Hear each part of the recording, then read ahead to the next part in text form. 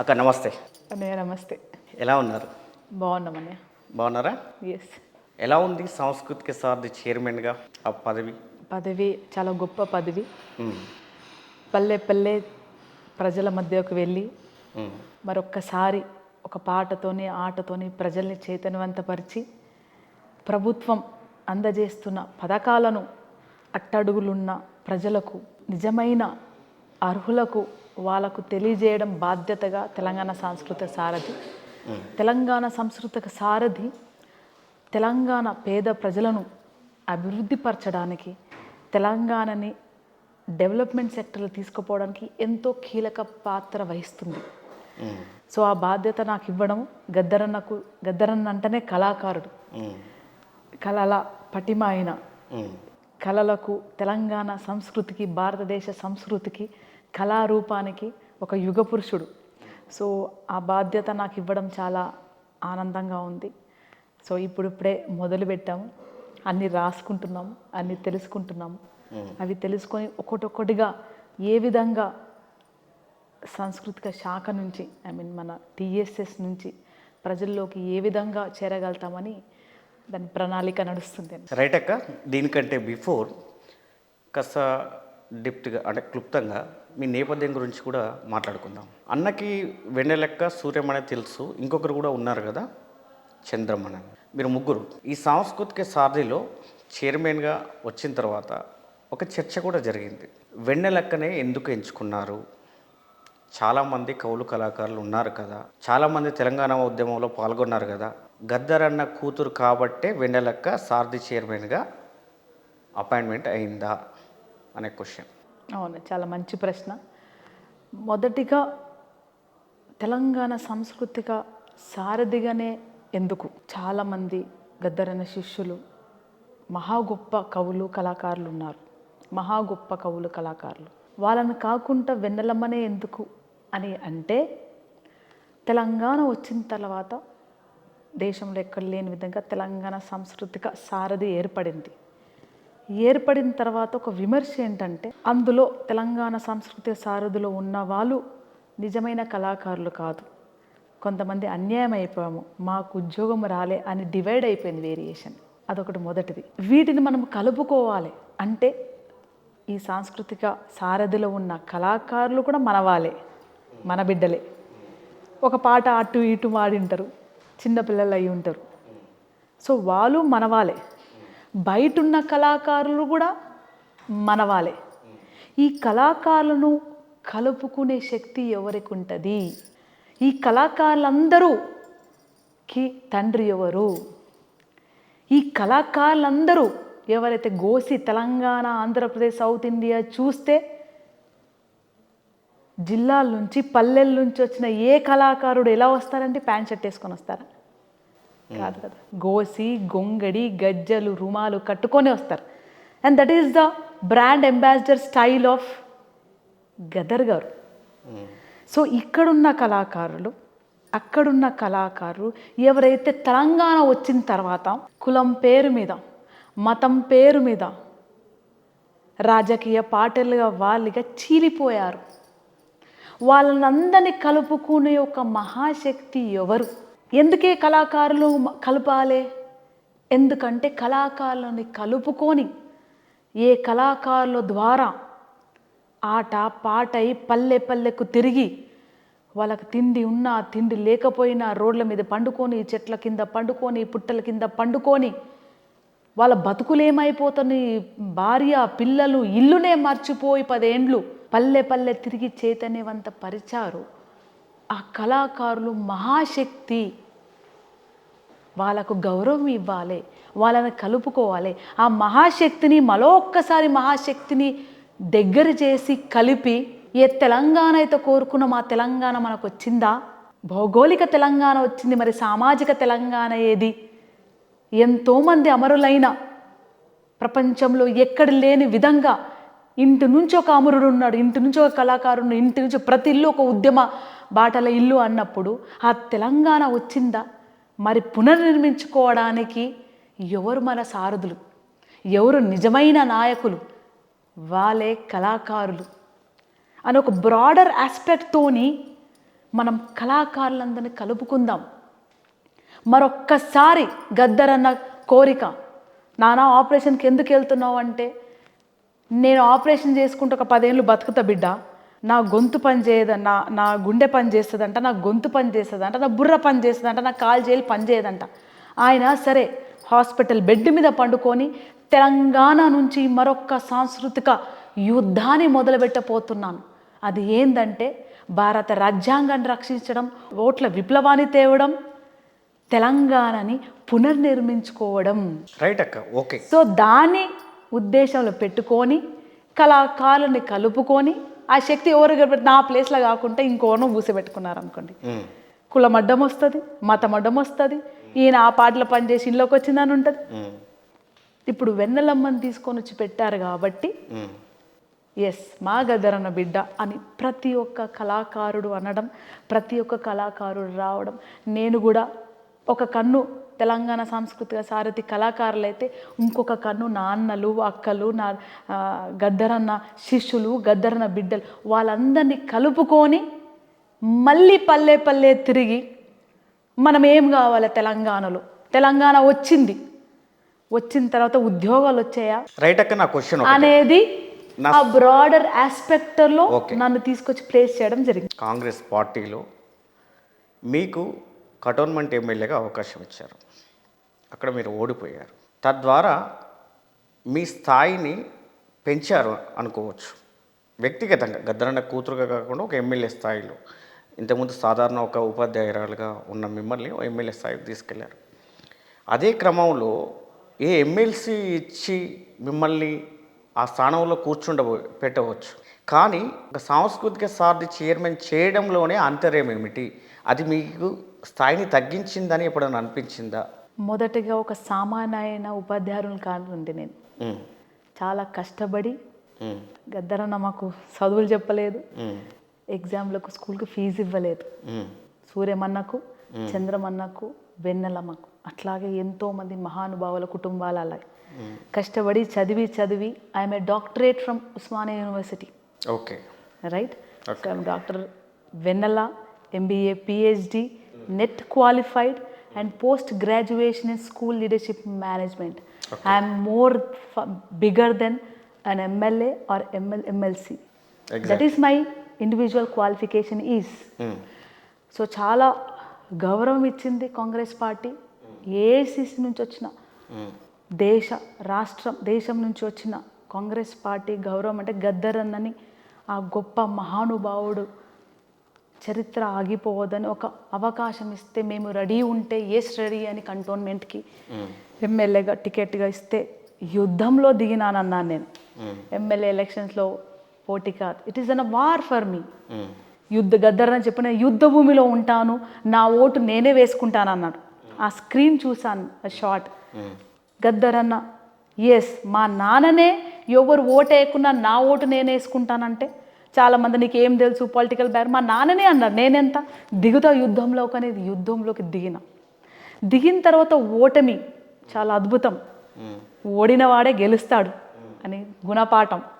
So ఓడగానే అందరూ ఓడిపోయినామంటే నేనెక్కడ ఓడిపోయాను? ఒక సైనికురాలుగా నా కత్తి ముందే ఇరిగిపోయింది, కానీ నా రాజు గెలిచిండు, నా రాజ్యం గెలిచిండు. అదే గద్దరన్న కోరిక. So I'm a winner. Congress గెలవడం గద్దరన్న కోరిక. Yes, of course.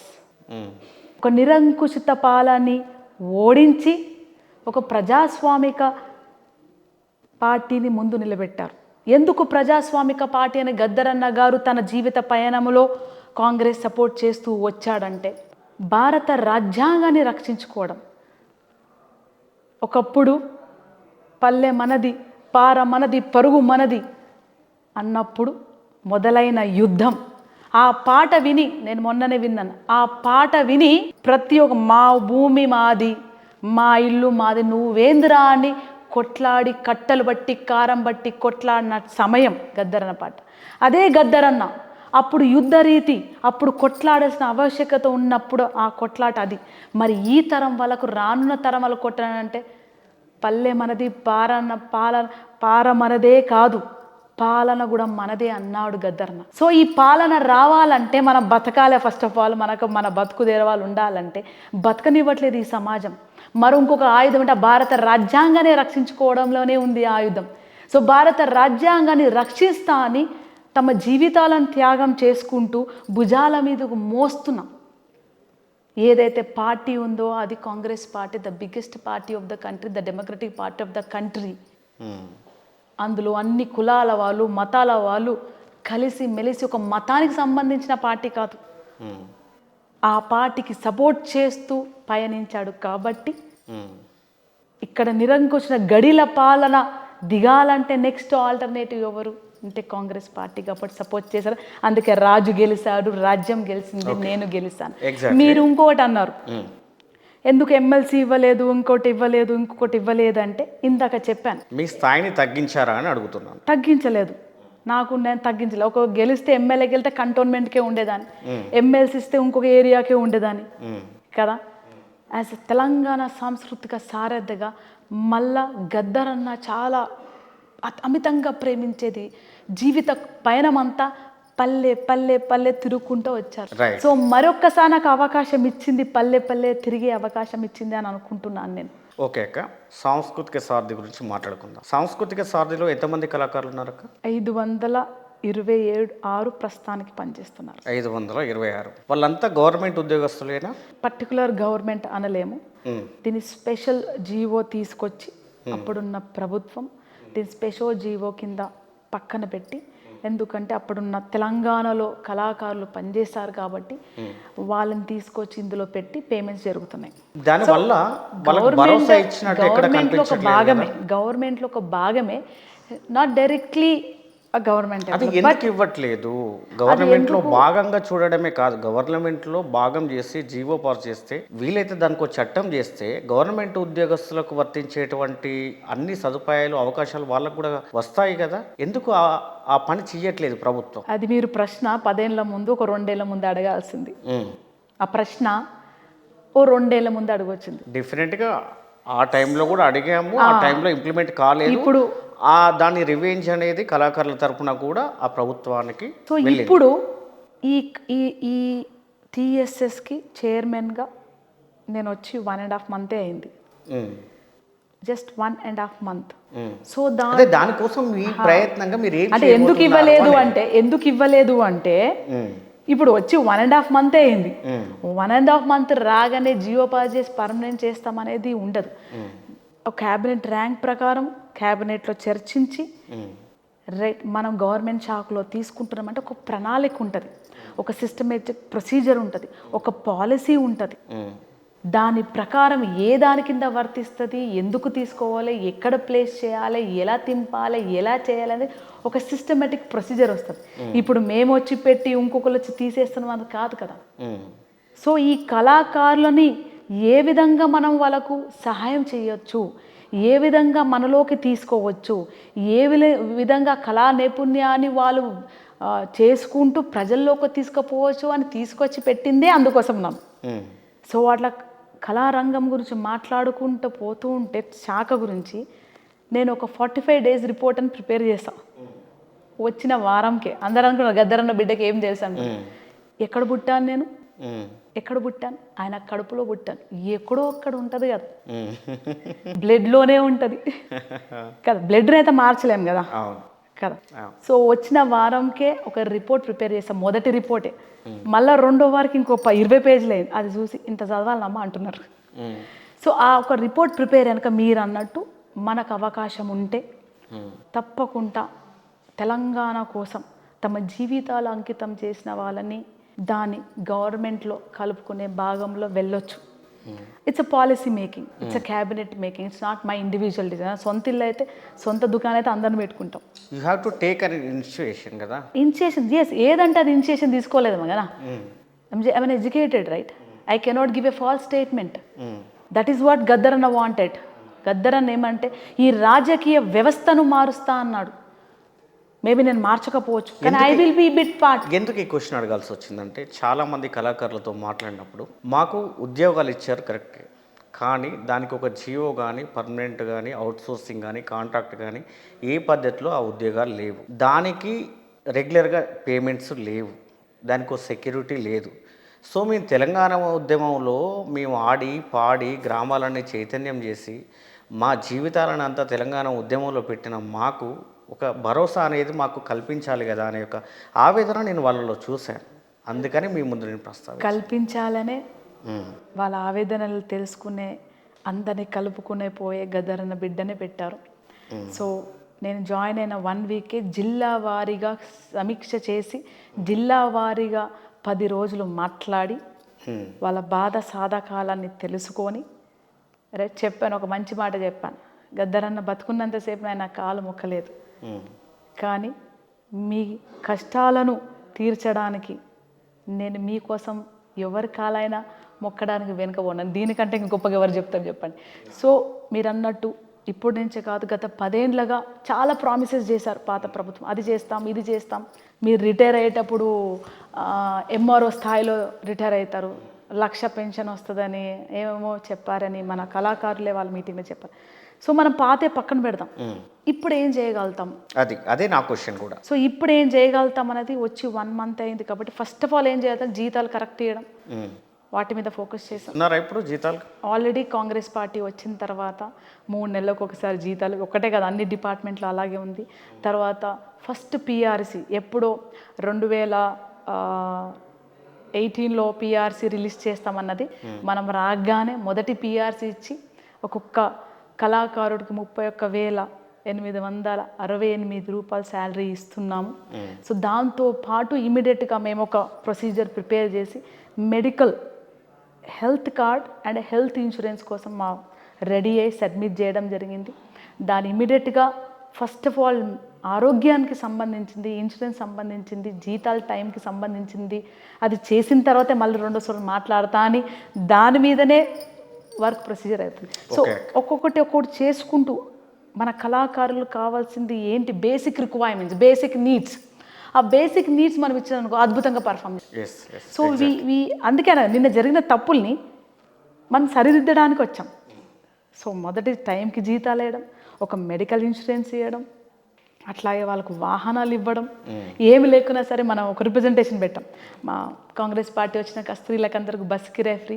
సో అట్లా మా అన్నలు కూడా టీఎస్ఎస్ అన్నలకు కూడా ఒక బస్సు ఫ్రీ ఇస్తే చాలు. టీఎస్ఎస్ జర్నలిస్ట్ కార్డు ఉన్నట్టు మన అన్నలకు కూడా కార్డు ఇస్తున్నాను, జిల్లా పరిధిలో కార్డు ఇస్తున్నాను, హ్యాపీగా వెళ్ళిపోయి బండ్లు యాక్సిడెంట్స్ అవుతున్నాయి, చనిపోతున్నారు, చిన్న ఫ్రాక్చర్స్, కాలు ఇరిగిపోతున్నారు, అనారోగ్యకరం అయిపోయారు. అసలుకి ఎంత బాధాకరమైన సిచ్యువేషన్లో అంటే మనసు తలుకుపోతుంది వాళ్ళ మాటలు వింటే. సో వాటికి ఒక్కొక్కటిగా చేయడానికి ఇంకొక 3-4 మంత్స్ పట్టవచ్చు. దీంట్లో కొన్ని సాంస్కృతిక సారథిలో గతంలో బీఆర్ఎస్ ప్రభుత్వం ఉన్నప్పుడు కానీ ఇప్పుడు మీరున్నప్పుడు కూడా కొన్ని ఆంక్షలు విధిస్తున్నారనే ఆరోపణలు కూడా వినిపిస్తున్నాయి. కేవలం గవర్నమెంట్ ప్రోగ్రామ్స్కు మాత్రమే మీరు పరిమితం కావాలి, ఇతరత్ర ఏ ప్రోగ్రామ్స్ చేయకూడదు, ప్రైవేటు వ్యక్తిగత కార్యక్రమాలు కూడా మీరు చేయకూడదు అనే ఒక నిబంధన, అది గవర్నమెంట్ పాలసీగా ఉందా లేదా వ్యక్తిగతంగా లేదా సారథి చైర్మన్ ఆధ్వర్యంలో ఇన్స్ట్రక్షన్స్ జరుగుతున్నాయా? ఏ గవర్నమెంట్ ఎంప్లాయ్ అయినా సరే అది వర్తిస్తుంది, సీఎం గారి నుంచి కింద క్లర్క్ దాకా ఎవ్రీబడి. నేను కూడా గద్దరన్న బిడ్డగా ప్రపంచమంతా నా స్కోప్, కానీ తెలంగాణ సాంస్కృతిక సారథి చైర్పర్సన్గా ఐఎమ్ లిమిటెడ్ టు దిస్. నేను ఈ పరిధిలో ఈ నియమ నిబంధనలు పాటిస్తేనే దీన్ని అభివృద్ధి చేసుకుంటూ పోతుంటే నాకు గౌరవము, అది ప్రజలకు కూడా మంచి జరుగుతుంది. So any government employee who is working for the government, who is into the service to the government, has to abide to the rules of the government sector. Okay. And నియమ నిబంధనలు 2019లో ఎక్కడైనా ఇప్పుడు మీరు you are working an employee right, ఇక్కడ పని చేసుకుంటూ నాకు బయట ఇంకొక ఛానల్కి పని చేస్తాం, ఇంకో దగ్గర పని చేస్తాం, ఇంకో freelancer is different right. But you are so called with identity card that you are for signature employee అన్నప్పుడు ఇంకా 2-3 ఛానల్కి పని చేస్తామండి, నీ ఇష్టం ఉన్నట్టు మాట్లాడతామండి. సిగ్నేచర్స్ గురించి మాట్లాడారు మీరు బయట పోయి. It's very simple. It's not the government employee. You can take the terms and conditions of all the private organizations. Daily 1 నిమిషం లేట్ వస్తే లేటే, 3 నిమిషాలు లేట్ వస్తే 1 రోజు జీతం కట్. వర్తించదండి. Very simple rule is everybody. ఇప్పుడు అందుకే కదా కొట్లాట. భారత రాజ్యాంగము రూల్స్ రెగ్యులేషన్స్ పాటిస్తలేను అని యుద్ధం చేస్తున్నాం. మరి నేను రూల్ పాటించకపోతే? సో ఇక్కడ నియమని మీరు చేయాల్సిన పని మీరు చేయండి, డాక్టర్ చేయాల్సిన పని డాక్టర్ చేయాలి, గురువు చేయాల్సిన పని గురువు చేయాలి. బస్సు డ్రైవరు తను బాధ్యతగా నడపనందుకు మన మాసాపేట్ల ఎంతమంది పిల్లలు చనిపోయారు. Very simple. సో మనం అన్నల్ని ఏం రిస్ట్రిక్ట్ చేయట్లేదు. Everybody have their own freedom, right to live, right to speak, right to express in India. But the thing is you are abide to an organization. అక్కడ ఏమన్నాం, అందరు సంతకం పెట్టారు. మేము టీఎస్ఎస్ ఎందుకోసం ఫామ్ అయింది, ప్రభుత్వపరమైన, అది ఏ ప్రభుత్వమైనా కావచ్చు, ప్రభుత్వపరమైన స్కీములను, సోషల్ డెవలప్మెంట్ యాక్టివిటీస్ను ప్రజలకు చేరవేయడం. That is the only simple task.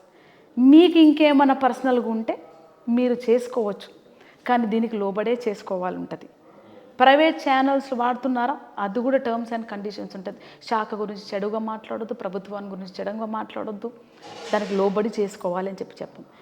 Right. So ఇది నేను కొత్తగా క్రియేట్ చేసింది కాదు. ఎక్కడైనా నియమ నిబంధనలు కాకపోతే అదొక సిస్టమే కాదండి, అది it is nothing, it will live up with nothing. So అంతేకాని మనం ఎవరిని పట్టుకొని డిక్టేటర్షిప్ లాగా చేసేవాళ్ళు ఎవరు లేరు ఇక్కడ. So you need to follow the rules, that's it. It's a reminder we have given. Okay అక్క, రైట్. నా ఇంటర్వ్యూలోనే కవి జయరాజ్ గారు జయరాజ్ అంకుల్ గారు ఒక మాట అన్నాడు, సారథిలో ఉన్నటువంటి కళాకారులంతా కూడా బోగస్ కళాకారులు, ఒక 25% తప్ప 75% బోగస్ కళాకారులు, అసలు వాళ్ళు ఒరిజినల్గా కళాకారులు కానే కారు అని ఒక స్టేట్మెంట్ ఇచ్చాడు. ఇప్పుడు మీరు సారథి చైర్మన్గా ఉన్నారు, మీరు ఈ 45 days 2 monthsలో మీరు అబ్జర్వ్ చేశారు, నిజంగా అలా ఉన్నారా? 75% కళాకారులు కాని వాళ్ళు అందులో? అంటే కళాకారులు 100% కాని వాళ్ళు అనలేము. ఒకవేళ కళాకారులు కాకపోయినా టీఎస్ఎస్లు వచ్చినాక వాళ్ళు ఫీల్డ్కి పోవాలి, పాట రాకుండా నాలాగా నేర్చుకోవాలి, పాడాలి. సో అది జరిగింది. సో ఇంకా 100% కళాకారులు కాదని నిర్దేశించడానికి నేనేం చేయాలి? ఫీల్డ్ వర్క్ పోవాలి. I have already started my field work. అలాంటి వర్క్ ఏమైనా చేస్తున్నారా? ఫీల్డ్ వర్క్ ఆల్రెడీ స్టార్ట్ అయింది, నిన్నది క్యాన్సిల్ అయింది because of this issue. So Adilabad నుంచి మొదలు పెడితే, అంటే మన కళాకారులు వెళ్ళి అక్కడ పాటలు పాడితే నేను కూడా వెళ్ళి వాళ్ళతో అక్కడ పార్టిసిపేట్ అయ్యి అలా పల్లెల్లో కలిసి ప్రజలకు కలిసి రావడం అన్నమాట ఫీల్. ఈ 525 మంది కాకుండా ఇంకా చేర్చే అవకాశం ఉందా, ఇంకా పెంచే సో అవకాశం ఫస్ట్ దాన్ని కంప్లీట్ కానీ చెప్పండి. సో ఈ కళాకారులు కాలేదండి, కళాకారు కాదు ఏమంటారంటే తీసి పడేయమంటారు వాళ్ళని. 10 ఏళ్ళ నుంచి పని చేస్తున్నారు, పాట రాకుండా పని చేస్తున్నారు, ఆట రాకుండా పని తీసేస్తారా? ఏ రూల్ ప్రకారం తీసేస్తారు చెప్పండి? సో నేనేమన్నానంటే, ఒక గద్దరన్న బిడ్డగా, ఒక సామాన్య ప్రజలుగా, ఒక బాధ్యత గల పదవి ఇచ్చిన తర్వాత as my responsible I cannot throw that employee out side. నేనేం చేయాలి? వాళ్ళతో పని చేయించుకోవాలి, వాళ్ళతో కలిసి పని చేయాలి. అదే చేస్తున్నాను. గద్దరని అంటారు, నువ్వు పని చేసుకుంటూ పోతూనే ఉండు, నీ తవ్వు ఏడుస్తుంది, వాళ్ళు తవ్వబడదని. సో వాళ్ళు పని చేయలేదు అనుకోండి, వాళ్ళే అంటారు అక్క మాకు చేతనైతే లేదు, మేము రిజైన్ చేస్తాం. ఫైన్. దాంట్లో వీలైన మన తెలంగాణ బిడ్డలే. So very positive. పని చేయలేదు, పెట్టిండ్రు, అయ్యింది, దట్ ఈస్ గాన్.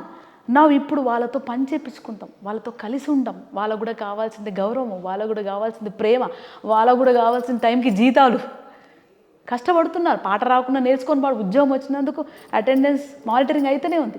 సో వాళ్ళని కలుపుకొని పోద్దాం, కలుపుకొని పని చేద్దాం, నేర్పిద్దాం, ట్రైనింగ్ ఇద్దాం. వీళ్ళతో పాటు మన రాష్ట్ర ప్రభుత్వం అన్నందుకు మా టీపీసీసీ అధ్యక్షుడు మహేష్ అన్న గారు అన్నారు, ముఖ్యమంత్రి గారు అన్నారు, బట్టి గారు అన్నారు, ఖచ్చితంగా రానున్న టైంలో ఎవరైతే దగాపడ్డ కళాకారులు ఉన్నారో వాళ్ళకు మనము ఒక అవకాశం ఇస్తామన్నప్పుడు we are waiting for that.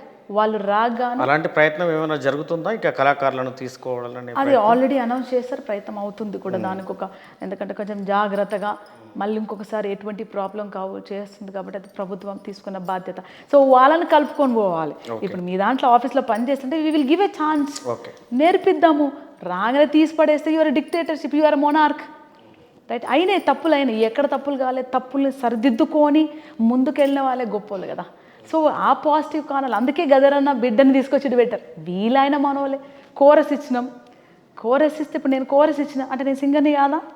Chorus లేకుంటే నువ్వు ఒక మెయిన్ సింగర్ వాడగలుగుతారా? ఎన్ని గంటలు కనబడతారు? సో మనం అలా కలుపుకొని పోదాం. సో నేను అందరు కలిసిన తర్వాత అందరు పాజిటివ్ ఉన్నారు, అందరు తెలంగాణ బిడ్డలే, మన బిడ్డలే, మన అక్క చెల్లెలే, మన అన్నదమ్ములే. వాళ్ళకి రాకపోతే నేర్చుకుందాం, నేను కూడా వాళ్ళతో పాటు నేర్చుకుంటాం. సో మన వాళ్ళని ఇక్కడ ఉన్న వాళ్ళని కలుపుకొని వాళ్ళని అభివృద్ధి చేసుకుంటూ ఇంకా రానున్న టైంలో కొత్త కళాకారులని, రైట్, నిరుద్యోగ కళాకారులని, దగబడ్డ కళాకారులను తీసుకొని ఐక్యం చేసి పల్లె పల్లెకు తీసుకుపోవడం అనేది నా బాధ్యత. గద్దర్ అన్న ఓ విప్లవకారుడు, ఒక సాంస్కృతిక, నిజంగా చెప్పాలంటే సారథి, ఒక సాంస్కృతిక విప్లవాన్ని సృష్టించిన వాడు. వామపక్ష భావజాలం కలిగినప్పటికి కూడా మాకు తెలిసి ఒక మానవీయ కోణం విపరీతంగా ఉన్న మానవత్వం ఉన్న ఓ కళాకారుడిగా అందరికీ సుపరిచితం. కానీ నిన్న కాక మొన్న కేంద్ర హోంశాఖ సహాయ మంత్రి, మన రాష్ట్రం నుంచి ప్రాతినిధ్యం వహిస్తున్నటువంటి కేంద్ర మంత్రి బండి సంజయ్ గారు ఒక కీలకమైన వ్యాఖ్యలు చేశారు గద్దరన్న మీద.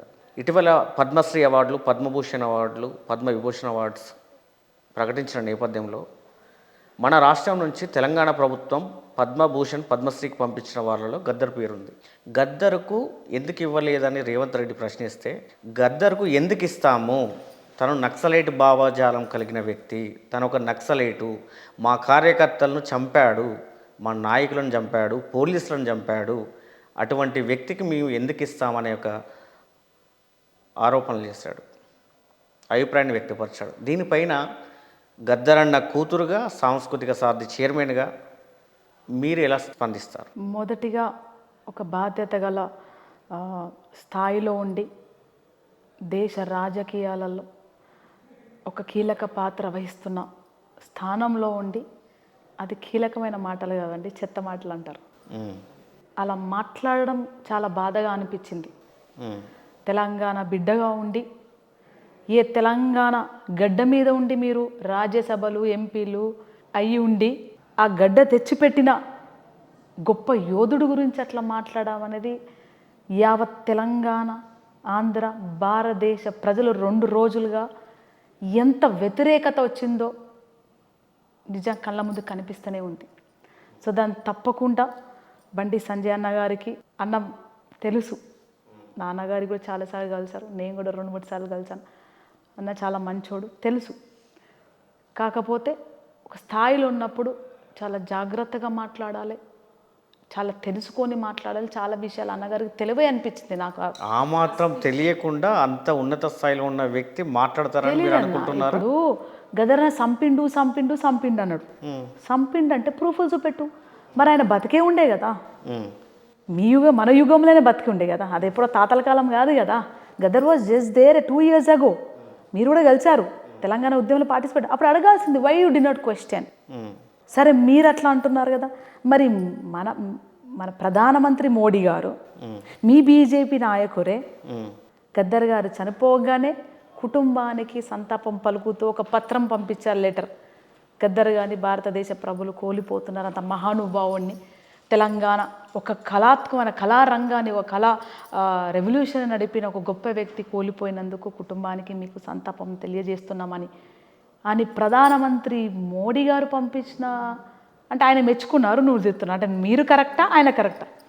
అట్లాగే ఎంతోమంది సీనియర్ నాయకులు తెలంగాణలో కలిసి పనిచేసిన మా బండారు దత్తాత్రేయ అంకుల్ గారు, మా కిషన్ రెడ్డి అన్న గారు, మా లక్ష్మణ్ అంకుల్ గారు, మా మల్కాజ్గిరి రామకృష్ణ గారు, అందరు కుటుంబ సభ్యులు.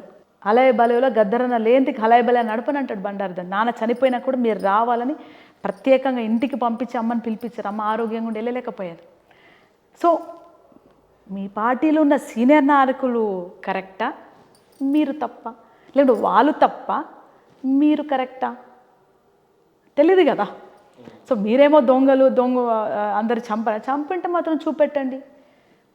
నక్సలైట్ అంటున్నారు, చాలా మంచి ప్రశ్న, ప్రజలకు తెలియవలసింది. Who is Naxalite, what is Naxalism? చదవండి. What is Naxalism? చదవండి, you read. I will give you my own opinion out of my experience, is my childhood. No, that will not end up telling what is Naxalism. You can tell us. Right, not end up. Yes, Naxalism అంటే దొంగల, హైదరాబాద్లో ఎన్ని దొంగతనాలు జరుగుతున్నాయి, రేపిస్టులా, north ఇండియాలో ఎంత దళితులని, ఆడపిల్లల్ని, బిడ్డల్ని, మొన్న పుట్టిన ఆడపిల్లల్ని, 6 నెలల పసికందులను రేపిస్టులా, దొంగ రాజకీయ నాయకుల, దళారీలా, భూదందాలు చేసేటోలా, లిక్కర్ దందాలు చేసేటోలా, రైట్, డ్రగ్స్ దందాలు చేసేటోలా, ఏమిటి మరి వాళ్ళు నక్సలైట్లు అంటే? మా నీళ్ళు మాకు వదిలేయండి, మా చింపురు గుడిసె మాకు వదిలేయండి, మా పాసిపోయిన మా బువ్వ వదిలేయండి అని గట్టిగా అడిగినందుకు నక్సలైట్ అయిపోయినరా? ఇక్కడ బహిరంగంగా తిరిగే దొంగలు మాత్రం వదిలేసి, పొద్దుగల జాయిన్ కాగానే మధ్యాహ్నం వారికి బెయిల్ వచ్చేసి దొంగల లంగాన్ని వదిలేసి కోట్లు కోట్లు ఏ మీద పెట్టి దట్టమైన అడవిలోకి పంపించి ప్రశాంతంగా ఉన్న అడవిలకు రక్తపాతం సృష్టించి వాళ్ళు ఈ 6 నెలలు ఎంతమంది ఎన్కౌంటర్ జరిగిందండి, వాళ్ళని పట్టుకొచ్చి టార్చర్ చేసి చంపేస్తే దాన్ని నిజ నిర్ధారణ చేయండి. As per the constitutional law of a country పట్టుకరండి, ప్రజల్లో పెట్టండి, న్యాయ నిర్ణయం చేయండి, జైల్లో పెట్టండి. దొంగలకు, లంగలకు, దళారీలకు, రేపిస్టులకు, రైట్, దొంగ బిజినెస్ మెన్లకు మాత్రము బెయిల్ వచ్చేస్తుంది, మళ్ళీ వస్తారు, మళ్ళీ సేమ్ చేసుకోవచ్చు. Who is naxalite? That definition has to be given, research has to be done. చిన్నప్పటి నుంచి మేము చూస్తున్నది, నెక్స్ట్ తరానికి ఏం చూపిస్తారు? నాకు గద్దరన్న నక్సలైట్ అన్నారు. ఇప్పుడు నేను ప్రశ్నిస్తున్నా, నేను నక్సలైట్నా? నేను తిరుగుబాటు, ఒక చిన్న బిడ్డ పాలిచ్చే బిడ్డ తల్లి పాలు ఇవ్వకపోతే తిరుగుబాటు చేస్తారు, ఆ బిడ్డ నక్సలైటా? అట్లయితే నక్సలైటా? మరి ఏం చెప్తున్నారు? వాట్ ఈజ్ ద నక్సలిజం అనేది ఖచ్చితంగా ప్రజల్లోకి తీసుకురావాల్సిన బాధ్యత ఎంతగానో ఉంది. ఒకప్పుడు గద్దరన్న జీవితం అంటరాని బతుకు, ఊరు బయట వెలివేసిన బతుకు, బట్టలు లేని బతుకు, తిండి లేని బతుకు, మనిషిగా చూడిన బతుకు. ఒక ఊరు బయట మేము ఇట్లా బతుకుతున్నాం, వాళ్ళు అట్లా బతుకుతున్నాం, పాపము ఒక చిన్న పసికందు భర్జనలు ఇప్పటికీ జరుగుతుంది. మేము మనుషులమే కదా, మాకు రక్తమే ఉంది కదా, మేము తింటున్నాం ఎరుగుతున్నాం, వాళ్ళు తింటున్నారు ఎరుగుతున్నారు, మరి ఎక్కడి నుంచి వచ్చింది రా బై తేడా? మేము బుడుతున్నాం సస్తున్నాం, వాళ్ళు బుడుతున్నాం సస్తున్నాం, ఎక్కడి నుంచి వచ్చినాయి బై తేడా? ఈ కులము మతనము పెద్ద చిన్న అని ఒక భర్జనలో బతుకుంటూ లేస్తూ పెరుగుతూ చదువుతూ అంబేద్కర్ వాదానికి గద్దరన్న మా తాత నేర్పిస్తూ చదువు అని వస్తుంటే ఆ అణిచివేతకు మార్గమేంది? ఈ అణిచివేతను, ఈ అసమానతలను ఎట్లా దూరం చేయాలి? ఉస్మానియా యూనివర్సిటీలో చదువు కోసం ఎంతో కష్టపడి చదువు కోసం వచ్చి ఫీజు కట్టలేక, తిండి లేక, బట్టలు లేక, హాస్టల్ ఫీజు కట్టలేక, ఒక పూట లేక, కాచిగూడ హోటల్లో పనిచేసుకుంటూ ఫీజు కట్టలేక డిస్కంటిన్యూ అయిన టైంలో ఆర్ట్ లవర్ అసోసియేషన్కి పరిచయమై నక్సల్బరీ మూమెంట్కి ఎస్, గన్ను పడితేనే, కట్ట పడితేనే, కారం పడితేనే మనం బతుకుతాం అని ఒక నినాదాన్ని తీసుకొని వెళ్ళిన మనిషి. అలా వాళ్ళు కొట్లాడారు కాబట్టే ఒక స్వేచ్ఛాజీవిగా ఒక దళిత బిడ్డని, ఒక స్త్రీని, భారతదేశంలో ఒక దళిత బిడ్డని, ఒక స్త్రీని ఈరోజు ఇంత ధైర్యంగా మాట్లాడగలుగుతున్నారంటే వాళ్ళ కొట్లాడినారు కాబట్టే. Then of course is proud to be a Naxalite and I'm proud to be daughter of a Naxalite అని అంటాను. అది తప్ప? సో ఈ నక్సలిజం మీద మీలాంటి జర్నలిస్టులు, మేధావులు, సామాన్య ప్రజలు మీరు ఇప్పుడు ట్రాలో చూస్తున్నారు. ఎస్, బరాబర్ గద్దరన్న నక్సలైటే.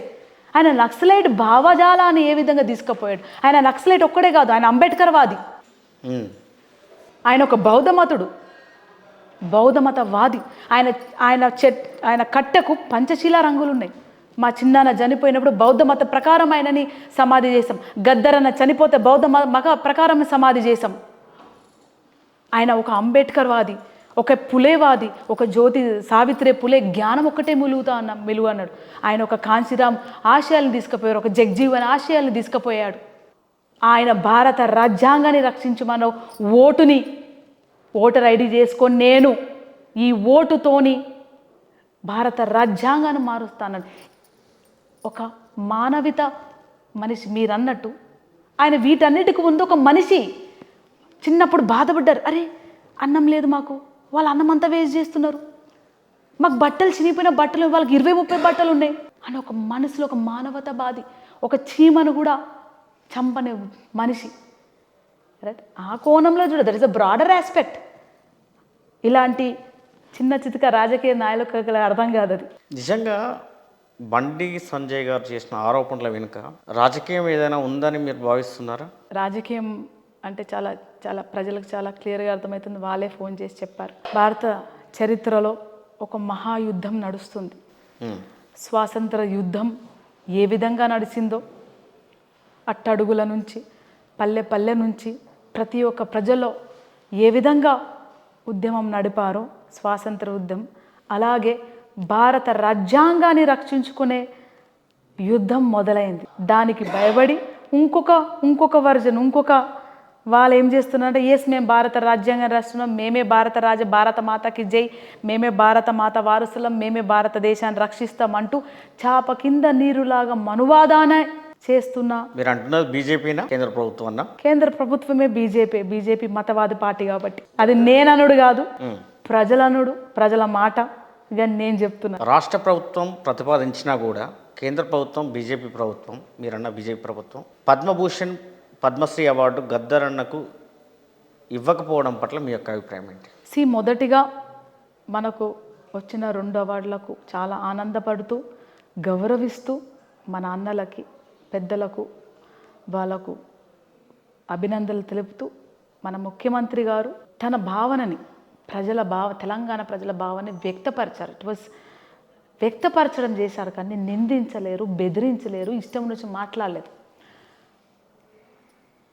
ఈజ్ ఇట్ అన్న బండి అన్న గారు ఏమంటున్నారంటే, మేము ఇవ్వనే ఇవ్వం, బరాబర్ ఇవ్వమన్నారు. ఒక అవార్డు మీరు ఇంట్లో నుంచి ఇస్తున్నారా అవార్డు, లేకపోతే బీజేపీ పార్టీ ఇస్తుందా, లేకపోతే అది జాతీయ అవార్డా అనే క్లారిటీ వాళ్ళు ఇవ్వాల్సిందే ప్రజలకి. సో ఇది జాతీయ అవార్డు కాబట్టి ప్రతి రాష్ట్రం నుంచి కొన్ని పేర్లు పంపిస్తారు.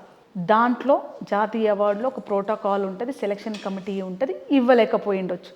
అదే ఎందుకు ఇవ్వలేదు, ప్రభుత్వం ఇవ్వలేదు కాబట్టి, దేశ ప్రభుత్వం ఇవ్వలేదు కాబట్టి నేను దానికి సంబంధించిన ఒక లెటర్ని దేశానికి పంపుతాను, మన గవర్నమెంట్కి పంపుతాను అని మన సీఎం గారు అన్నారు. కానీ దీంట్లో ఒక చిన్న ఇంటరప్షన్. గద్దర్ అన్నకు బీజేపీ ప్రభుత్వం అవార్డు ఇవ్వదని తెలుసు, అయినప్పటికీ కూడా కావాలని రేవంత్ రెడ్డి గారు వాంటెడ్లీ పంపించి బీజేపీని, కేంద్ర ప్రభుత్వాన్ని బదనాం చేయడం కోసం మాత్రమే ఈ ప్రతిపాదన తీసుకొచ్చాడనే ఒక అభిప్రాయాన్ని మీరు ఎలా చూస్తారు? అది ఇప్పుడు మీరు అడుగుతున్న question.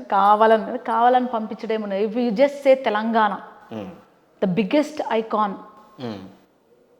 Is Gaddar garu. There is no doubt. So మనకి తెలంగాణ నుంచి ఒక పద్మశ్రీ అవార్డు, జాతీయ పురస్కారం అంటే ఒక గౌరవప్రదం. ఆ అవార్డుకి ఎలిజిబుల్ ఎవరు మీరు పంపండి అంటే, ఈ ఆర్ట్ కల్చర్కి సంబంధించిన దాంట్లో గద్దర్ గారి పేరు, గద్దర్ గారు ఒక్కరే కాదండి, అందశ్రీ గారి పేరు, గోరంట వెంకన్న పేరు, తిరుమల గారి పేరు, సుక్క నరసన్న పేరు పెట్టి పంపించారు. సో దీంట్లో గద్దర్ గారికి ఇవ్వలేదు అనడం అనేది తప్పు. దాంట్లో ఎవరికి ఇవ్వలేదు కదా. నోబడి వేర్ సెలెక్టెడ్ అది అన్నారు. దాన్ని మేము 5 పంపించాం, 5 మీరు సెలెక్ట్ చేయలేదు. పోనీ 2 సెలెక్ట్ చేయలేదు, 1 సెలెక్ట్ చేయాలి అన్నారు, కానీ అది చెప్పారు. సో మీకు కొంచెం ఆ ప్యానల్లో తెలియకపోవచ్చు, లేకపోతే ఇంక ఇతర కారణాలు ఉండొచ్చు. మేము మళ్ళీ ఒకసారి రిప్రజెంట్ పెట్టుకుంటామని వెరీ బ్రాడర్ ఆస్పెక్ట్లో, పాజిటివ్ ఆస్పెక్ట్లో పెట్టారు అని నేను అనుకుంటున్నాను. ఏదేమైనా కూడా అవార్డు రావాల్సి ఉండే, బట్ రాలేదు. దీంట్లో కొంత రాజకీయం ఎక్కడో జరుగుతుందనే భావన ప్రజల్లో కూడా బలంగా ఉంది. సరే, ఏదైనప్పటికీ గద్దర్ అన్న చివరి దశలో మీకు చెప్పిన మాటలు ఏంటి? అసలు మరీ ముఖ్యంగా చాలామంది ప్రజలకు గద్దర్ అన్నను అభిమానించే అభిమానులకు కూడా ఒక సందేహంగా మిగిలిపోయింది. ఆల్ ఆఫ్ సడన్గా గద్దర్ అన్నకి ఏమైంది? అసలు చివరి నిమిషంలో హాస్పిటలైజ్డ్ అయ్యి మళ్ళీ తిరిగి వస్తారనుకున్న గద్దర్ అన్న ఎందుకని అంత సీరియస్ కావాల్సి వచ్చింది? అసలు ప్రాబ్లం ఏముండే? యాక్చువల్లీ గద్దర్ అన్న గారికి హార్ట్లో బ్లాక్స్ ఉండింది. So they were major blocks. అది కూడా మనకు సడన్గా తెలిసినాయి. సో అది ఆపరేషన్కి వెళ్ళాలని కొంతమంది సజెస్ట్ చేస్తారు, ఆపరేషన్ వద్దని సజెస్ట్ చేశారు. ఈ ఏజ్లో ఆపరేషన్ చేసుకోకపోతే సడన్గా స్ట్రోక్ వస్తుంది, చనిపోతారని. గద్దర్ అన్న ఇంట్లో కూర్చొని చాయ్ తాగుకుంటా, పేపర్ చదువుకుంటా, కథలు రాయడు కదా. నేను ప్రజల మధ్యలో ఉంటాను, ప్రజల మధ్యనే చనిపోతాను, ప్రజల కోసమే చనిపోతాను అనేది రిస్క్ తీసుకున్నారు లైఫ్లో. అంటే నేను ఆపరేషన్ చేసుకోలేదనుకోండి, ఎట్లయినా నేను వద్దని నేను ప్రజలో తిరుగుతాను, ఆడ పూసుకునే చచ్చిపోతా. కానీ వాళ్ళు మొదలుపెట్టిన ఈ యుద్ధం ఏ యుద్ధం? అణిచివేత మీద తిరుగుబాటు. తిరుగుబాటు అవుతూనే ఉంది, తిరుగుబాటు అవుతూనే ఉంది. ఇంకా అణివేత గురి అవుతూనే ఉన్నాము. ఆ అసమానతలు ఇంకా ఉన్నాయి. ఒకప్పుడు మేము మీరు కొట్లాడడానికి రెడీ ఉన్నాం, కానీ రానున్న తరం 100 ఏళ్ళ కోసం పిల్లలు ఏ విధంగా ఉంటారు?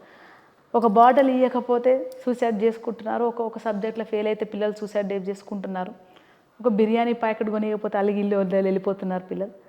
అట్లాంటి పిల్లలు మరి ఏ యుద్ధం చేస్తారు? వాళ్ళకు ఇన్స్టెంట్ లైఫ్ అలవాటు అయిపోయింది. అందుకు ఒక ఇన్స్టెంట్ సొల్యూషన్ ఇచ్చిపోతా అన్నాడు వాళ్ళకి. ఆ ఇన్స్టెంట్ సొల్యూషన్ ఏంది? చాలా powerful weapon, the voting power. వాళ్ళకు ఒక ఆయుధాన్ని ఇచ్చిపోతున్నారు. ఇక్కడ భారత రాజ్యాంగాన్ని రక్షించకపోతే మళ్ళీ 100 ఏళ్ళ వెనకాల పోతుంది. ఇంకా దళితులంతా ముంతా వెనకాల జాడకట్ట కట్టుకొని తిరగాల్సిన పరిస్థితే వస్తుంది. అనేది లేదు. నేను ఆపరేషన్ చేసుకుంటే ఇంకా 10 ఏళ్ళు బతుకుతా, 10 ఏళ్ళు ఏం చేస్తా? నా కాలు చేయాలి బండి. అడిగా, నాన్న కొంచెం ఎక్కడో భయం అవుతుంది నాన్న, మాకు తెలిసి మొండోడు బతుకుతావు ఏం కాదు, కానీ ఫిజికలీ చేస్తావు అంటే కాలు చేయాలి పని చేయంట బిడ్డ. ముందులాగా ఎగిరి దుంకలాడలేను నేను, కానీ నా గొంతు పని చేస్తుంది, నా గుండె పని చేస్తుంది, నా బుర్ర పని చేస్తుంది అంట. ఈ అంపశయ మీద పడుకొని, హాస్పిటల్ బెడ్ మీద పడుకొని తెలంగాణ నుంచి మరో సాంస్కృతిక యుద్ధాన్ని ప్రకటిస్తా.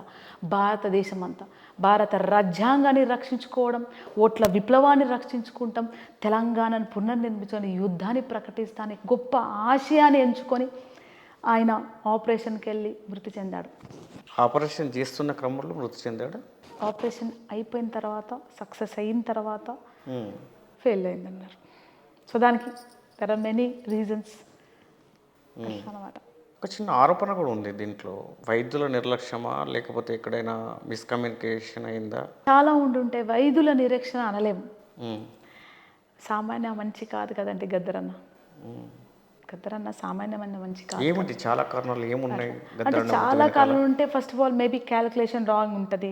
ఆల్రెడీ ఆయనకు లంగ్ ఇన్ఫెక్షను, తర్వాత వెన్నుముకలో బుల్లెట్, షుగరు, బీపీ ఎప్పుడు హై ఉండేది అట్లా. సో వైద్యులు క్యాలిక్యులేషన్ చేయడంలో ఏమన్నా అయి ఉంటుందా, మిస్ అయిపోయిందా అనేది ఉంది. కానీ మనం ఒక గొప్ప వైద్యులని అన్లెస్ అండ్ అంటిల్ రాజ్యాంగబద్ధంగా ప్రూఫ్ పెట్టుకొని మాట్లాడతాను. నేను ఇట్లాగా లూజ్ టాక్ మాట్లాడలేను కదండి. లేదు, నేను నిర్లక్ష్యం అని అంటే దాని కారణం సక్సెస్ అయినాక ఎందుకు మృతి అంటే చెందాడు? చాలా కేసెస్ అట్లా అవుతాయంటే, సక్సెస్ అయిపోయినాక ఒక 1 మంత్లో చనిపోతారు, వారంకే చనిపోతారు, 6 నెలలకే చనిపోతాయి. అలాంటి ఆ క్షణం మీ యొక్క ఆలోచన విధానం, మీ యొక్క భావోద్వేగం ఏ విధంగా ఉండే? ఇంకా మాసిపోలేదు ఆ బాధ, ఆ భావోద్వేగం. అది కంటిన్యూ అవుతూనే ఉంది. ఏ బిడ్డకైనా, ఏ ఫ్యామిలీకైనా, ఏ కుటుంబానికైనా తండ్రి చనిపోవడం తీరని లోటు. దాంట్లో మహా గొప్ప మనిషి చనిపోవడం. ఆ తండ్రి మా ఒక్కడికి తండ్రే కాదు, కోట్లాది మందికి తండ్రి, కోట్లాది మందికి ధైర్యం. అలాంటి గొప్ప వ్యక్తిని కోల్పోయడం అనేది ఇంకా బాధ. మీతో ఎలా ఉండేది సాన్నిహిత్యం, రిలేషన్షిప్? కూతురుగా జనరల్గా పిల్లల్లో అబ్బాయిల కంటే అమ్మాయిల మీద తండ్రికి ఎక్కువ ప్రేమ ఉంటుంది. ఆ సాన్నిహిత్యం, ఆ సంబంధం, ఆ రిలేషన్, ఆ ప్రేమ ఎలా ఉండేది? అటాచ్మెంట్ మీ మధ్య? అది చాలా గొప్పగా ఉండేది. సామాన్య తండ్రి కంటే ఎక్కువ గొప్పగా ఉండేది. సామాన్య తండ్రి అన్ని కొనిచ్చేవాడు. ఈయన గొప్ప తండ్రి కదా, ఏమి కొనిచ్చేవాడు కాదు, సాధించుకోమనేవాడు. సో ఏదైనా సరే సాధించుకోవాలి. ఆడపిల్లలు కన్నీళ్ళు పెట్టొద్దు, కత్తుల వల్ల నిలబడి కొట్లాడాలి. ఆడపిల్ల ఎకనామిక్ ఇండిపెండెన్స్ ఉండాలి. తప్పు చేయకపోతే ఎవరికి భయపడదు. తప్పే చేయవద్దు. ఫస్ట్ ఆఫ్ ఆల్ తప్పు చేయకపోతే ఎవరికి భయపడదు. అందుకే నా తూటాలో కూడా భయపడలేదు. ఆపరేషన్ 50-50 అన్న భయపడాలి. His vision is very great అట్లా. సో చాలా గొప్ప వ్యక్తి. ఎన్ని మాటలు రాసినా, ఎన్ని ఇది చేసినా కానీ ఆయన ఎంతో గొప్పతనం అంటే, మా లైఫ్లో నేను కానీ, మా సూర్యమన్న కానీ, సూర్యుడు, చంద్రుడు, వెన్నెల. చంద్రుడు చనిపోయాడు, మిగిలింది సూర్యుడు, చంద్రుడు, వెన్నెల. చాలా కష్టాలు పడ్డాం మేము, చాలా కష్టాలు. తండ్రి లేదు, అమ్మ లేడు, కూలికి వెళ్ళిపోయేది అమ్మ, వచ్చేది. ఆకలి అయితే ఎవరు లేరు తిండి పెట్టడానికి. ఆకలి అవుతుంది కదా, దెబ్బ తగిలినప్పుడు నొప్పి అవుతుంది, రక్తం గారుతుంటుంది, ఏడుస్తుంటాం. మందు పెట్టడానికి ఎవ్వరు లేరు. చెడు అవుతుంది, మంచి అవుతుంది, మంచి చెడు అని చెప్పేవాళ్ళు లేరు, బెదిరించే వాళ్ళు లేరు. గద్దరన్న పేరు చెప్పుకోవాలంటే నక్సలైట్ మీరు అన్నారు కదా, ఈ నక్సలైట్ పిల్లలు దూరం పెట్టండి. ఏ కుటుంబాల ఇంట్లోకి పోలేవాళ్ళు, వాళ్ళు భయపడేవాళ్ళు మమ్మల్ని పిలిచాలంటే. ఎక్కడ ఆనందంగా నవ్వుకుంటలేము, స్వేచ్ఛగా బతకలేదు, ఎప్పుడు భయాందోళనలో తండ్రిని ఏమన్నానే తిరుగుబాటు చేయలేము. రైట్. గద్దరన్న మీద ఇది కొత్త విమర్శలు కాదు, బండి సంజయ్ గారు వేసిన. ఆయన చనిపోయేంత వరకు కూడా ఆయనను విమర్శిస్తూనే వస్తున్నారు. తన పాట మీరు ఇందాక అన్నారు, తన పాట కూర్చొని మన ఇంట్లో అన్నం తిని మనమిస్తే బతుకు తెరువు చేసుకుని బతుక్కుంటూ గద్దరన్నకే వెన్నుపోటు కొలిసిన వాళ్ళకు సాక్ష్యంగా ఇప్పటికి బతికే ఉన్నారు. ఇప్పుడు జైలు కొడుతున్నారు. మాకు తెలియదు అనుకుంటున్నారా? మా సూర్యమన్నకు, వెన్నెలమ్మకు, విమలమ్మకు, మొత్తం గుమ్మడి వంశానికి. అయినా సరే చాలా గొప్పగా ఏమనేవాడంటే, మేము మంచోళ్ళను ఉద్ధరించడానికి పుట్టలే బేట, చెడ్డోళ్ళని మంచి చేయడానికి వచ్చాం. లంగోడైన దొంగోడైన మనవడు కదా అనే గొప్ప ఇన్స్పిరేషన్ని నేను మా సూర్యమన్న తీసుకొని, మా సూర్యమన్న లైఫ్ ప్యాటర్న్ డిఫరెంట్, నా లైఫ్ ప్యాటర్న్, నా విజన్ డిఫరెంట్. ఎందుకంటే కష్టాలు పడుకొని వస్తే మళ్ళీ ఎందుకు కష్టాలు కావాలనుకుంటాం, మళ్ళీ ఎందుకు కన్నీళ్ళు కావాలనుకుంటాం. కష్టాలు పడుకుంటా నా విజను, నేను చదువుకుంది విజను, నా ఆశయము గొప్ప, అవి వదులుకొని మా అఖండ భారతదేశం ప్రజలు గద్దరన్న ఆశయాన్ని తీసుకుపోతే మేము కూడా ఆయన బిడ్డల కంటే ఆయన పాటతో, ఆయన వ్యక్తిత్వంతో, జీవితంలో ఇన్స్పైర్ అయిన శిష్యులమే. దాన్ని దాపెట్టుకోలేక ఎస్ మేము కూడా నడుస్తున్నాం మీతో పాట. నిన్న కూడా నడిచాం వెనకలుండే. మీరంతా నిన్న మొన్న వచ్చిన జర్నలిస్టులు, నా ముందు మీరు చిన్న జర్నలిస్టులే.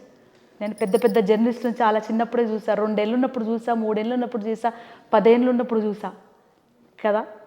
వాళ్ళకి తెలుసు మా గురించి రాసినప్పుడు. సూర్యమన్న ఉంటాడు, చంద్రన్ ఉంటాడు, జన కరి జనారే జనకు జనారే అని నేను డ్యాన్స్ వేసుకుంటూ పోతుంటే, కొండలు పగిలేసినం బండలను పిండినం అని సూర్యమన్న, చంద్ర ఇద్దరు బ్యాలోలు ఉంటే నేను మధ్యలో డ్యాన్స్ వేసేదాన్ని. అది ఎవరికి తెలుసు? మేము చెప్పుకోలే, యాక్టింగ్ చేయలేదు, పేపర్లలో వేయలేదు. వెనకలు ఉన్నాం, ఒక కుటుంబంగా వెనకలుండి పయనించాం. సో అన్ని తట్టుకున్నాం. మరొక్కసారి ప్రజల కోసం అన్ని వదులుకొని వస్తున్నామంటే ఇక్కడ మాకు బిజినెస్ లేవు, దందాలు లేవు, ఏమి లేవు, ఉన్నాయి వదులుకొని. గద్దరన్నకు ఆస్తులు ఏం లేవా? ఆస్తులు ఏం లేవు. ఇటీవల ఆస్తి ఎలా ఉందని అంటే యావత్ తెలుగు ప్రజలు, కళాకారులు, మీలాంటి జర్నలిస్టులు, మేధావులు, దళిత బిడ్డలు, నాలాంటి అణిచివేయబడుతున్న ఎంతోమంది స్త్రీలే గద్దరన్న ఆస్తి, మా ఆస్తి కూడా. గద్దరన్న మృతి తర్వాత మీ మధ్యలో, సూర్యమన్న మధ్యలో అభిప్రాయ భేదాలు కానీ, ప్రపంచాలు కానీ ఏమైనా వచ్చాయా? అభిప్రాయ భేదాలు, డిఫరెన్సెస్ సూటిగా అడుగుతున్నాను నేను. ఒక ప్రశ్న అయితే ఉంది. ఆస్తుల తగాదాలో, ఆస్తుల వివాదంలో సూర్యం, వెన్నెల ఇద్దరు ఘర్షణ పడ్డారు అని ఒకటి. గద్దరన్నకు ఆస్తులే లేవు. ఉన్న 2 ఇండ్లు, ఒకటి అన్నకు, ఒకటి నాది, అయిపోయింది. ఓ 1000 ఎకరాల భూములు ఉన్నాయా, ఫామ్ హౌస్లు ఉన్నాయా, బిజినెస్లు ఉన్నాయా, సాఫ్ట్వేర్ కంపెనీలు ఉన్నాయా, రైట్, బినామీ ల్యాండ్లు ఉన్నాయా, లేకపోతే అమెరికాలో, స్విస్ బ్యాంక్లో, అక్కడక్కడ బ్యాంక్లో రిజర్వ్స్ పెట్టున్నారా? ఏమీ లేదు. చిన్న చిన్న డిఫరెన్సెస్ అన్న ఆలోచన విధానం నేను ఎప్పుడు అంటాను. మా సూర్యమన్న కృష్ణుడు లాంటి వాడు, నేను అర్జునుడిని అన్న ఆలోచించి చేసి అట్లా వద్దు ఇట్లా, ఆయన అంతే, ఇప్పుడు కూడా అంతే. ఏదైనా నాలా ఇలా ఓపెన్గా మాట్లాడాడు అన్న, చాలా ఆలోచించి చేసి ముందు అట్లా పోదాం వెన్నెలా అంటారు. నేను ఏంద్రవే అట్లా పోయి కొట్టుడే అని పోతా అంటే అట్లాగే జరిగింది. చూడండి, గద్దరన్న మీద అటాక్ అయినప్పుడు ఆలోచించుడు, అరే ఫస్ట్ నేను మా నాన్నని కాపాడుకుంటా. మీరు ఉన్నారా గద్దరన్న మీద అటాక్ అయినట్టు? Go back to 1997. అంటే వెంట ఉన్నారా, ఆ ప్రదేశంలో ఉన్నారా? సో ఆ సిచ్యువేషన్లో సూర్యమన్న, నేనున్నాను, హాస్టల్లో చంద్రకిరణ్ ఉన్నారు, మా తమ్ముడు కేశ్ ఉన్నాడు, మా అమ్మను. గద్దర గారి శ్రీమతి విమలమ్మ, మా అమ్మ, గద్దరన్నకు ఎదురుగా నిలబడి ఆ దుండగులతో యుద్ధం చేసిన గొప్ప స్త్రీ. ఆమె నిలబడింది కాబట్టి గద్దరన్న బతికినాడు, ప్రజలకు అందజేసినారు, మరొకసారి తెలంగాణ వచ్చిందనే విజ్ఞత కొంతమంది మాట్లాడే వాళ్ళకు ఉండాలి. కాపాడుకున్నది తన తల్లి, తన భర్తని ఒక బిడ్డలాగా. తర్వాత కాపాడుకుంది ఎవరు? మీరా కాపాడుకుంది తన బిడ్డలుగా. మేము మమ్మల్ని ట్రైనింగ్ చేయలేదే, పరిగెత్తుకొని వచ్చాడు మా అన్న. ఇది డిఫరెన్స్. మా అన్న ఆలోచన, నా తండ్రిని కాపాడుకోవాలి ఫస్ట్ అని మా నాన్న దగ్గర కుక్కిండు. నేను ఎమోషనల్, అరే మా అయ్యను కొడతావరా చంపుతారు నిన్ను చంపుతా అని రాళ్ళు తీసుకొని 2 కిలోమీటర్లు ఉరికిపించిన చిన్న ఆడబిడ్డని నన్ను చూసి ఆ దుండగులు, గన్నులున్న దుండగులు కారేసుకొని 100 కొట్టుకుంటా బయలుదేరిన 2 కిలోమీటర్లు పరిగెత్తి నంబర్ తీసుకొని వచ్చింది. That is the difference between Vennela and ఇప్పుడు సూర్యకిరణ్ తప్ప వెన్నెల తప్ప చెప్పండి. నేను పరిగెత్తుకొని వెళ్ళి నంబర్ తీసుకొని వచ్చి అంతలోపల సూర్యమన్న పక్క వాళ్ళని పిలిచి అమ్మ సూర్యమన్న బండిలు ఎక్కించుకొని హాస్పిటల్ తీసుకుపోయి గాంధీ హాస్పిటల్. అంతలోపల నేనేం చేసిన పరిగెత్తుకొని వచ్చి బూత్కి వెళ్ళి ఫోన్ చేశా. ఎవరు ఫోన్ చేస్తా? అల్వాల్ పోలీస్ స్టేషన్కి, సెక్రటేరియట్కి, సీఎం ఆఫీస్కి, వరవర అంకుల్కి, దళిత సంఘాలకి, ప్రెస్కి ఫోన్ చేశా. సో 5:15కి ఇన్సిడెంట్ జరిగితే ఆల్ ఇండియా రేడియోలో 6 గంటలకు న్యూస్ వచ్చేసేది గద్దర్ మీద అటాక్ అయింది తెలవంగానే మొత్తం యావత్ ప్రపంచం భారతదేశం అంతా ప్రజలు, తెలంగాణ ప్రజలు కలిసి 6-10 గంటల వారికి మొత్తం గాంధీ హాస్పిటల్ చుట్టేశారు. ప్రభుత్వం భయపడిపోయి బాధ్యత తీసుకొని గద్దరని ఎట్లానే కాపాడుకోలేకపోతే ఈ లోపలికి వచ్చి చంపేస్తారు ప్రజలని. గద్దరని ఇమ్మీడియట్ కాపాడుకొని నిమ్స్కి తరలించి ఆపరేషన్ చేయించి సక్సెస్ బతికించి బయటకు వచ్చారు. సో ఇక్కడ సూర్యకిరణ్ కరెక్టా, వెన్నెల కరెక్టా? సూర్యకిరణ్ రాంగా, ఎస్ సూర్యకిరణ్ ఇస్ కరెక్ట్ అన్న ఆలోచించిండు, వెనకలో పోయిండు, గద్దరన్న కాపాడుకో. నేను నా నాన్నని చంపుతారాబాయి దుంకి పరిగెత్తిన, ఫోన్ నంబర్లు ఇచ్చిన, అది కోఆర్డినేట్ అయింది, ప్రజలంతా ఏకమైంది, గద్దరన్న కాపాడుకున్నాం. ఇద్దరు ఆశయాలు ఒకటే కానీ దారులు వేరు. దాంట్లో తప్ప వైరుధ్యం లేదే జీవితం లేదన్నారు. వైరుధ్యం తప్ప, వైరుధ్యం ఉండాలి. కొట్లాడతాం, కలుస్తాం, విడిపోతాం, అప్పుడే జీవితం అని నేను అనుకుంటున్నాను. సో మీరు చెప్పాలి ఇప్పుడు సూర్యమన కరెక్టా, నేను కరెక్టా, సూర్యమన తప్ప, నేను తప్ప? వైరుధ్యం ఉండదా? ఉంటుంది, తప్పకుండా ఉంటుంది. ఏ కుటుంబమైనా ఉంటుంది, దాన్ని ఆహ్వానిస్తాం, కలుస్తాం, ఉంటాం. ఇప్పుడు గద్దర్ ఫౌండేషన్ ఆధ్వర్యంలో నేను కూడా అలా పార్టిసిపేట్ చేస్తాను. మన స్కూల్లో సెక్రటరీగా నేను, అన్నవాళ్ళు వస్తారు. సో అది అవుతుంటుంది, ఎక్కడ వైరుధ్యం లేదు. దాన్ని మనము పెద్దగా చూసి పెద్దగా తీసి అది అది అది కాదు హాట్ టాపిక్ టు డిస్కస్. అది కాదు ప్రజలు స్క్రాల్ చేసి అబ్బా వెన్నెలమ్మ కొట్లాడుతాం. సో అది కాదు. ఇక్కడ ఒక 3 ఏళ్ల బిడ్డని రేప్ చేసేస్తారు.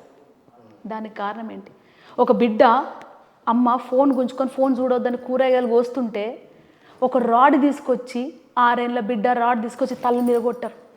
దాని గురించి చర్చించండి, దానికి కారణాలేంటి చర్చించండి, టెక్నాలజికల్ ఇన్వేషన్ గురించి చర్చించండి, కల్చరల్ దాడి, సోషల్ దాడి, ఎకనామికల్ దాడి, వాటి గురించి చర్చించండి.